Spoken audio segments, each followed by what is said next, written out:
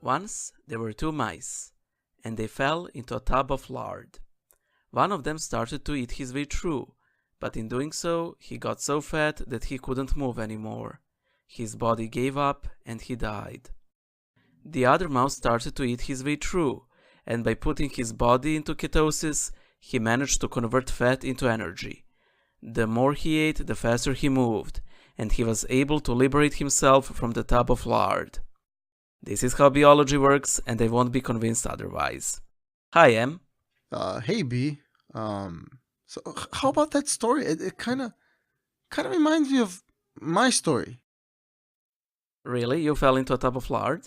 No, I mean the story that I used to start our first episode, the one you didn't like, and now you just basically copied and pasted it. I never said I don't like it. I literally never said that. Well, but when you say things, sometimes, I mean, every single time you say something, it kind of sounds like you're being ironic or sarcastic or something like that. So, I'm pretty sure you hated it.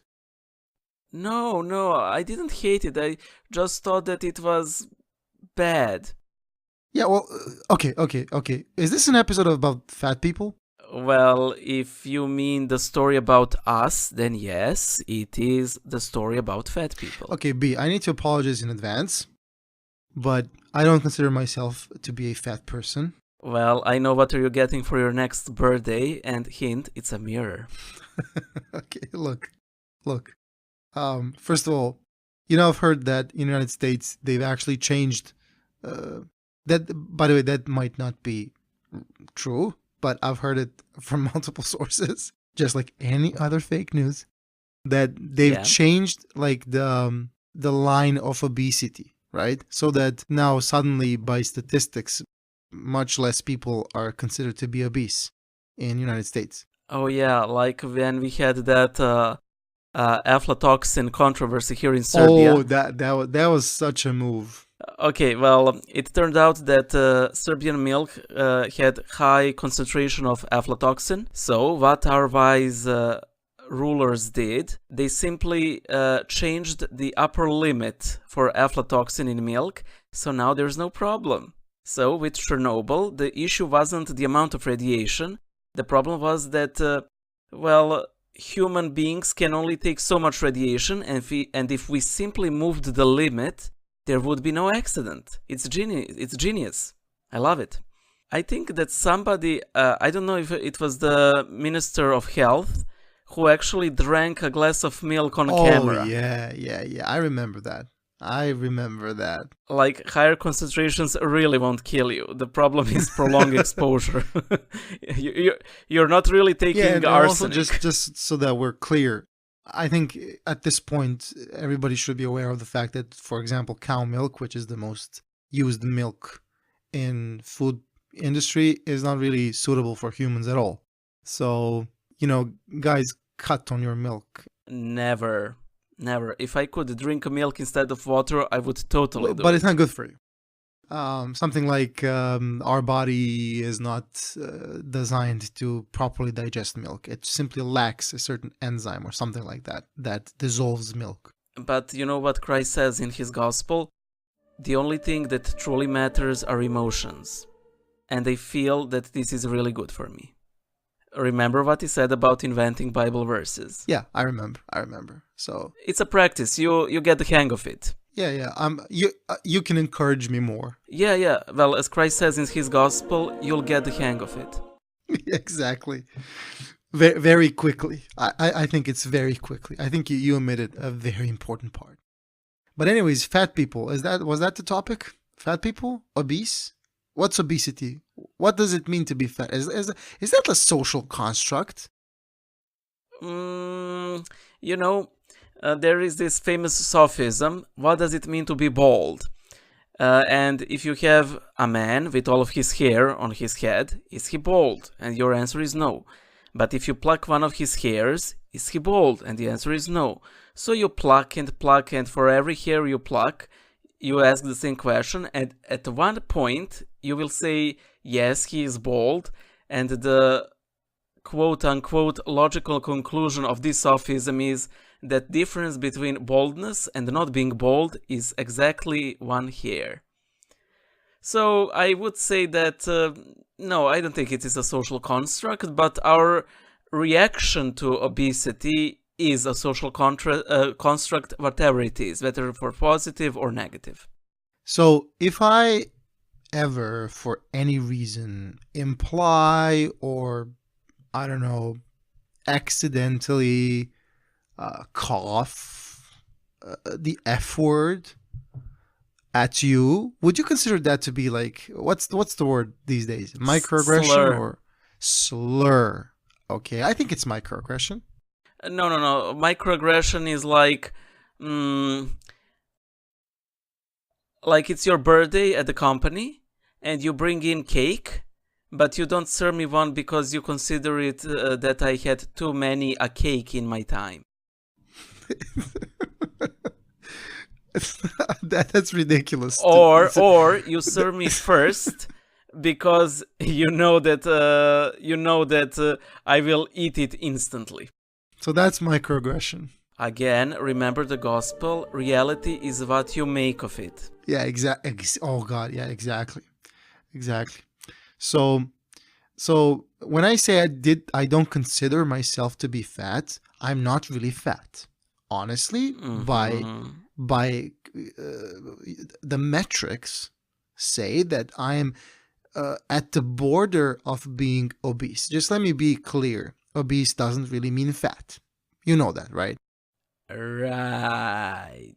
It just means you have a bit more than you should. Which is fat. So let me try to elaborate. Affatulate. Elaborate. Remember the gospel, B. One should not be interrupted while elaborating. So the metrics say that I'm at the border of being obese. That doesn't mean I'm obese. FYI, I'm at the border. So borderline obese, right? Oh, like I'm borderline thin. You know, I'm not, but I can get there. No, I think you're borderline obese. Wow, nice. Good one. Good dodge. That being said, I do not consider myself to be a fat person. I'm very much aware that my lifestyle and other choices, mostly regarding food and maybe drink, but mostly food, I know that there's consequences to it. My poor knees feel these consequences on a daily basis. Your porn what?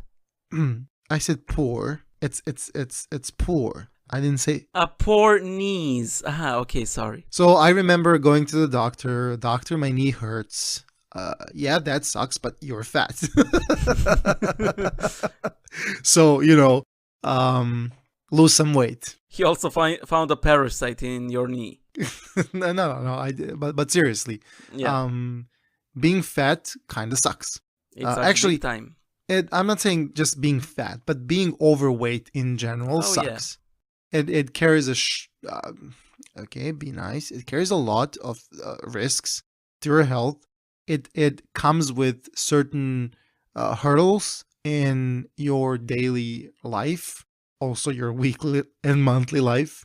And honestly, the way life kind of works these days, you're kind of very motivated to become a real fat ass. Oh yeah, sort of. You have unlimited access to your favorite foods all the time. Yeah, and you're very much motivated to sit or lie down and be in one place and without the need to move. Do you walk to work? Actually, I did in April, but there was so much rain in May here in Belgrade that I simply stopped doing it. But as soon as the weather clears, I plan to resume it. And I used to walk quite a lot earlier, and I think it kept the worst weight hit at bay. But now, yeah. By the way, dear audience, Em and I will post our topless pictures under this podcast, so you can come to your own conclusion who's fat and not. Okay, that won't happen, but, just to tickle your imagination with horrible, horrible imagery. So, you say you used to walk a lot. Do you Yeah. know how many steps? Actually, I don't know because I didn't have a pedometer at the time. Now that I do, for example, in April I walked twice as much than I did in March. Okay, but can I just stop you right there? If you're going to make a joke with a pedometer, please. Of course, but it's pedometer, doesn't it? Okay, no, please do continue. As the gospel says, one must continue. Well, also as St. Paul says, the love of money is the root of all. Yeah. So we should That's love money. taking things out of context. I love like taking things the out best of context. the best possible version of taking yeah. things out of context. But anyways, now you own a pedometer. Yes. So you know. So how many steps is that? How many steps does it take to go to work? It takes around, if I'm not mistaken, 3,000 or 4,000. Oh, you have very small steps then. I think you can set it in the. Wait. Why do you assume that I have small step? Why don't you assume that my workplace is sort of far? Because I know it's not. Where do you think I work? Very nearby. No. My No? previous Okay. work was very nearby my home. Okay, my bad. How many steps was that? Like 900. Oh, okay. Fair enough. My bad. How much do you work to your workplace? How much do I work to my workplace? No. How much? Sorry. How much do you walk to your workplace, M? Steps wise? Yes. Around 3? Or 10 if you go to the bathroom. Well, of course. But, Yeah. to the bathroom and back. Yeah. At least I don't own a pedometer. I use normal technology. What? You use a step counter? No, but I am going to tell you something about counting steps. So, first of all, no, I have a, like a fitness watch. The first step after a watch, but it's not a smart watch. Oh, I think that the previous name for the product was Fat Bracelet. No, it's a fitness bracelet. I'm sure it is. And it measures my steps and syncs it into the phone. Also, my wife has access. So, I mean, she has access to the data. But here's a funny thing. So, in China, insurance companies will give you like some kind of premium benefits if you're taking a certain number of steps every day. That will be, I think, about 20,000 steps on a daily basis. Maybe it's more because that's China for you. That's quite a number. Yeah, since that's China, you can go to AliExpress and very easily find a step inducer or something like that, which is basically a device where you put your phone and it just shakes it, simulates the steps. I saw a video like yesterday or something, and I was like, I laughed my ass off because it's really like that's the worst possible thing you can do. Like you just have the stats right in your phone, but you've never taken the steps. I hope that the heart works in the same way. Like you show it your step counter and it goes, oh, okay, fine, I won't attack you. Yeah, but anyways, do you know what is the recommended daily step count by the World Health Association? Yeah, there's always two. One is it is highly individual and the other is 10,000. Actually, I think it's 8,000. 8,000, really? Yes. Why do you make it every day? Oh, of course not. I mean, you can Yeah. probably see it how I look. But I'm super happy when I get to 4,000 a day. Really? With my current lifestyle, yeah. Oh, wow. I'm super happy. When I go somewhere, like for example, I go on a business trip or something, and I have an extra day in a new city or something like that, I would get like 20, even 30,000 steps. While my taller colleague, who also has a step counter, would get much less steps because he has a longer step. we used We used to compare that. It was ridiculous. But then I was able to explain to him, now you see the effort that I need to take to walk alongside you when we're walking fast. Well, yeah, but I'm pretty sure that you can set the sensitivity of step counter. I don't think it has that much to do with steps. I mean, of course it does. If you own a pedometer, maybe you can do that. But with these fitness trackers and mobile phones, you can't. I can set it on my phone. Okay. Well, I guess God simply loves some people more. Or iPhone sucks. So. Yeah. What was your highest step count that you can recall? I don't think it ever surpassed 30,000 steps within a single day. That's quite good. I think mine was 25,000, and I climbed a freaking mountain, literally. Anyway, I wanted to ask you, because you have lost quite a lot of weight, how did you do it? And why can't I do it? That is a very good question. Okay, bye. So I'll try to answer, right? Here's a huge problem with human kind. You lazy asses. So here's the thing. People constantly are constantly asking for a silver bullet. Oh yeah. They're constantly asking for a pattern. They're constantly asking for a recipe, a secret sauce, which never exists. It never exists. It's always the same thing. You need to work very hard to get to somewhere. Yeah. With exceptions when, you just work very little and gain very much. But these are so rare that I know people just get hyped from seeing success in other people. They just get so hyped. Oh my God, he has millions. Yeah. That's what I need to do. You're not gonna do it. You're not gonna wake up tomorrow and something happens and you suddenly have millions. You don't get to have a very rich cousin who suddenly passes away and leaves you. That doesn't happen. That's very, very. Yeah.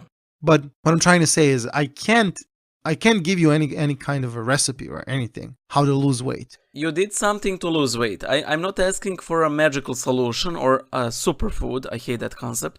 But simply, what did you do regardless of how difficult it was? Let's start like this.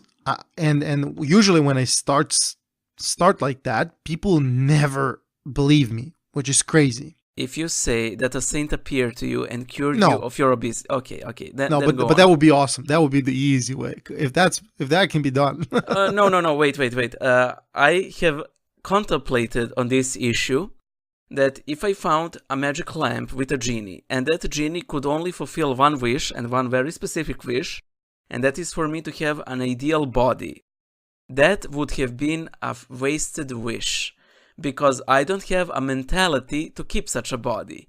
You know? You have a fatty mentality. I get where you're going with that. Yeah, so basically, I would only experience what it's like to be fit for a month or two, and then the decline would become apparent, and I would very soon revert to my previous form. But do go on. What did you do that people don't believe what you did? Yeah, I'm just hearing something that resembles gunshots in the back. So, interesting. Stay safe. Yeah, no, I think it's fireworks. So, yeah. Somebody's very happy. So first of all, yes, I do think you have a fatty mentality, and even if you were given a perfect body, it will just follow that mentality very quickly. Oh yeah. So the first step, I quit smoking. Okay. Yeah, that's where it all starts, because usually when people quit smoking, yeah, they gain weight. I was about to comment on that. Okay. Yeah, they have to substitute a very dirty, bad, stupid habit with something else. And the most, if you're like 0.5% of a food lover as I am, you would probably gain 30 kilos. Oh, wow. Google how much is that in pounds. One moment, please. But anyways, just to be clear, 66 pounds. Well, that's how much I've lost after quitting smoking. Oh, so wow. That means you can do it as well. First of all, I didn't replace smoking with anything. Which is quite an effort. I No, think. no, it's not. No, it's not. I can see how it could be a huge effort, but the reason why I quit smoking was so. Okay, let me share the entire story then, right? Okay. I was a smoker for like an active smoker for like 5 years or something. And then I actually at a given point in time, I became Christian, Okay. which I love to refer to that moment as I converted to Christianity. Like there was something to convert from. But yeah, Well, atheism. well, okay, but I can't say with an honest face that I was an atheist. I Okay. believe I was more like an agnostic. I was raised an atheist, Okay. very much. But I think I was agnostic in the way that I felt about things in life. But that's the different story. But when I became Christian, I remained a smoker. I Okay. didn't just overnight decide, I'm becoming Christian tomorrow, so that means I'm quitting smoking. No, not by a long shot. But then, believe it or not, I kind of started feeling that smoking is really doing something to my health, Okay. and so, I started like being really, really afraid for what is going to happen to me. Because suddenly I started like spitting blood, so like, Oh. and then I went to the doctors. This I gotta say, a complete idiot who examined me sent me to a hematologist, Okay. which is like blood doctor. You know who gets sent there? People with leukemia. Oh wow. So I was like, it was ridiculous, especially because I actually met with people who had leukemia.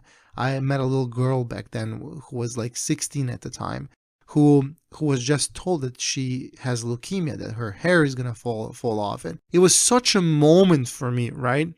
I honestly believe that I was given that insight for a reason. I really feel it as a gift because Yeah. it coincided with how I've entered faith in general, and I feel like I was given a lot at the time. Mm-hmm. And that was one of the things that was given to me. And the way I quit smoking, believe it or not, I took that pack of cigarettes that I had with me, I just threw it in the dumpster and never had another cigar.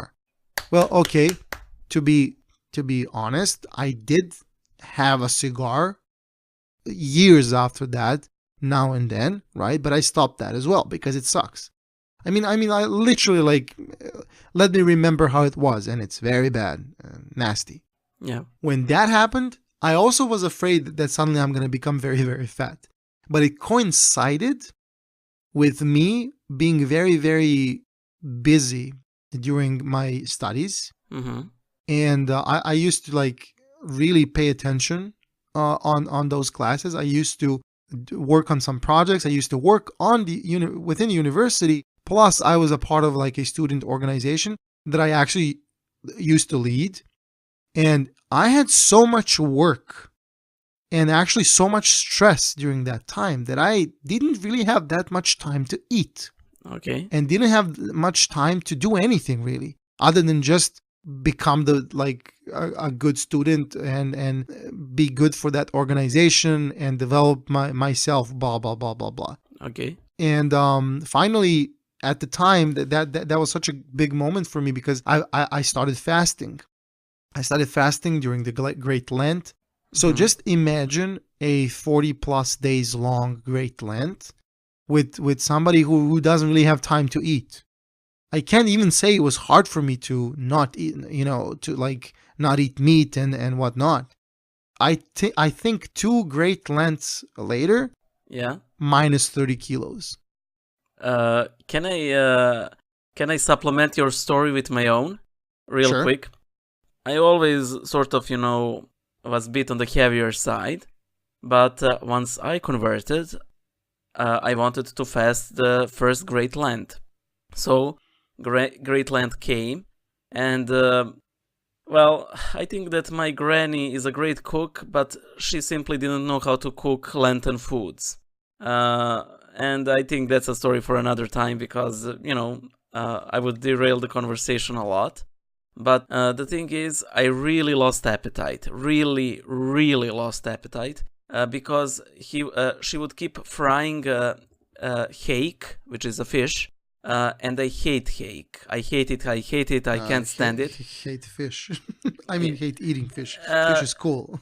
I mean, it really depends. I'm generally not a fan of fish. But hake, I especially hate.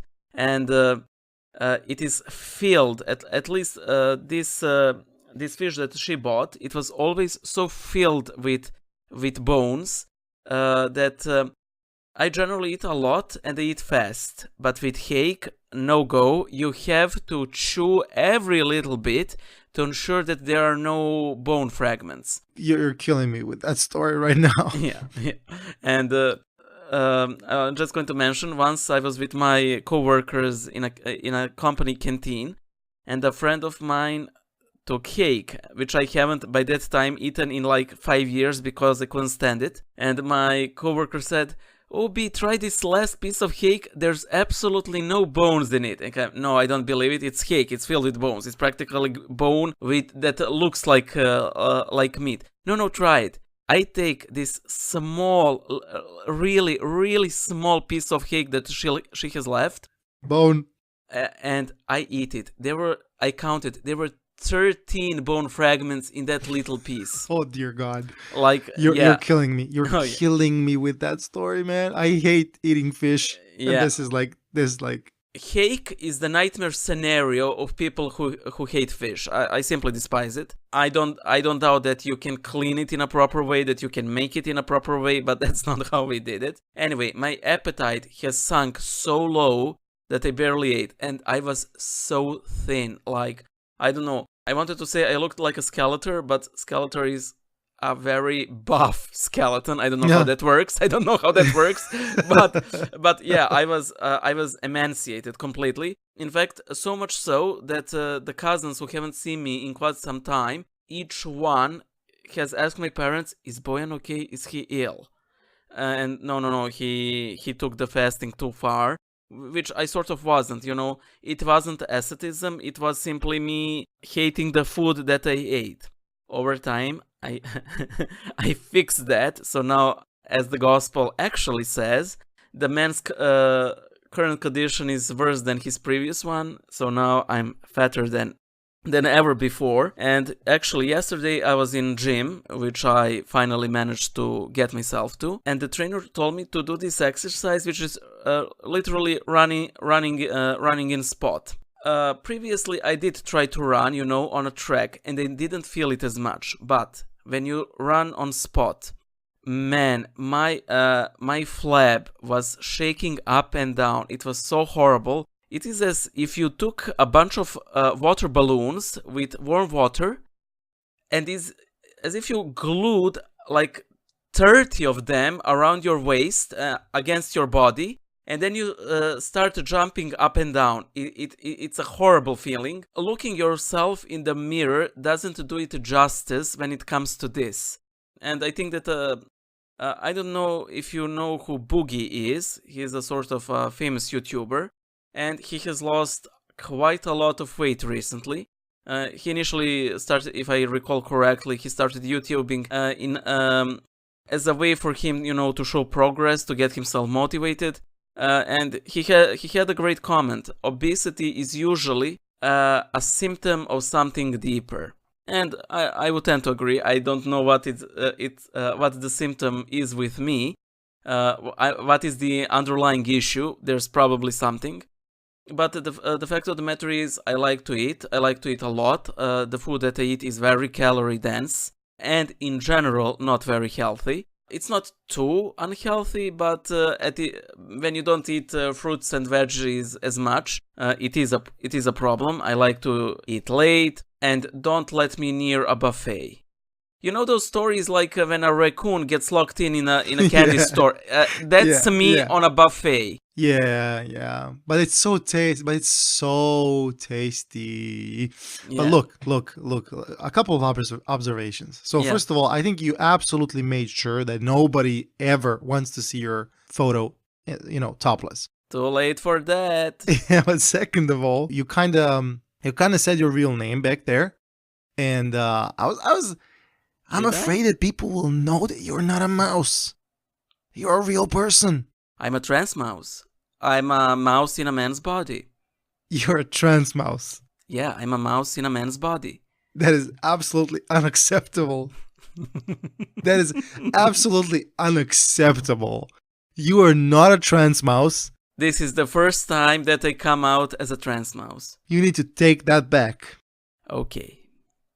Thank you for curing me of my condition. Exactly. But don't worry, by the way, mouse is just a social construct. So, oh yeah. You are what you feel, but definitely not a trans mouse, right? So well, I do feel like eating tons of cheese. Tons. Like insane amount of cheese, insane amounts. Which is perfectly fine. And I happen to have great cheese in the fridge, which I'm gonna eat tomorrow. Yeah, but do you know what you don't have near that fridge? What? Me. Well, thankful for that. Yeah. Because I really want to eat that cheese myself. And maybe I have a bit of a problem sharing it with the rest of the fam. But that's a different story, and I think maybe even for a shrink. Those were basically my two observations. Yeah. But my third observation, otherwise than saying kudos for going to the gym, I guess the worst problem with being overweight, and I think it's the same with people who are very little overweight, such as myself, and people who have a bit extra flap, such as other people, or mice, it's so easy to get there. Oh, yeah. Like, sometimes it takes days. And you're there. Like, if the goal was to get fat, you just win first place just like that. I remember seeing this funny video, comparing life before 30 and life after 30. And life before 30 is like, you have to exercise to lose weight. And after 30, you have to exercise a lot to lose a little weight. Yeah. And it's so true. It's so true.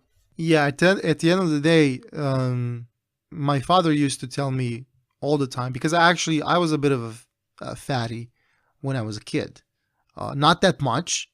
Kind of carried that with me with style, but still a bit of a fatty. But not really fat. But my father used to tell me, son, solution lies in having a hole at the bottom of the spoon. Oh, yeah.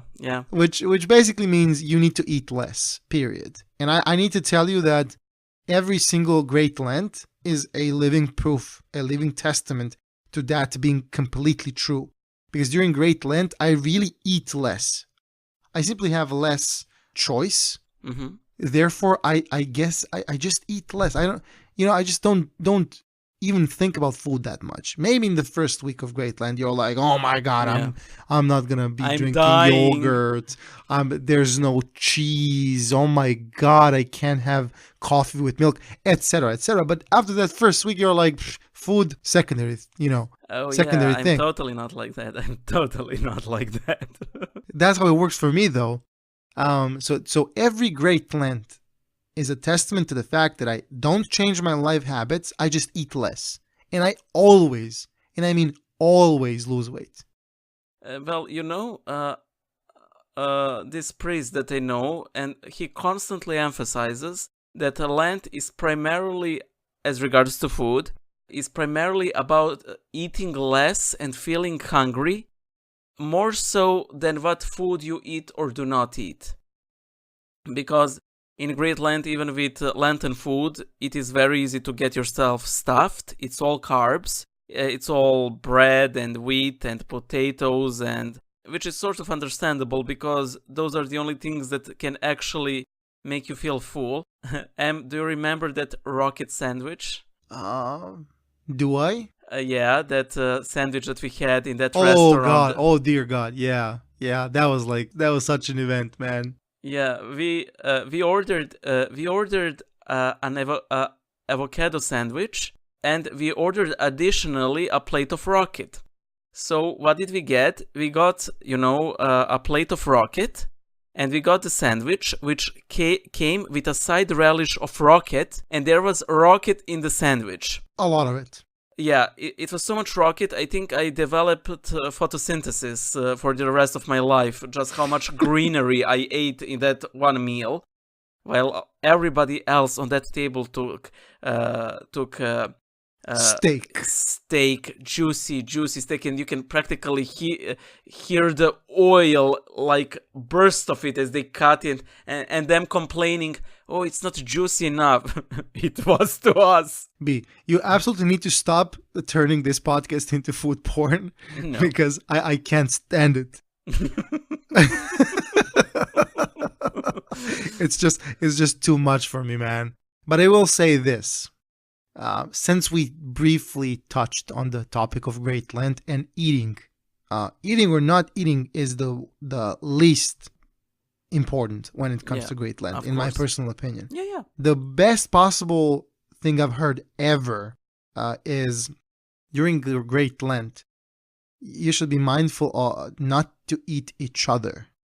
That's the best possible thing about Great Lent I've ever heard, because we are so bad, especially towards the people that are the closest, because you live with them, you have there's constant impasse moments, issues, and honestly, it's very easy to be bad towards somebody who's always there. Yeah, you take them for granted.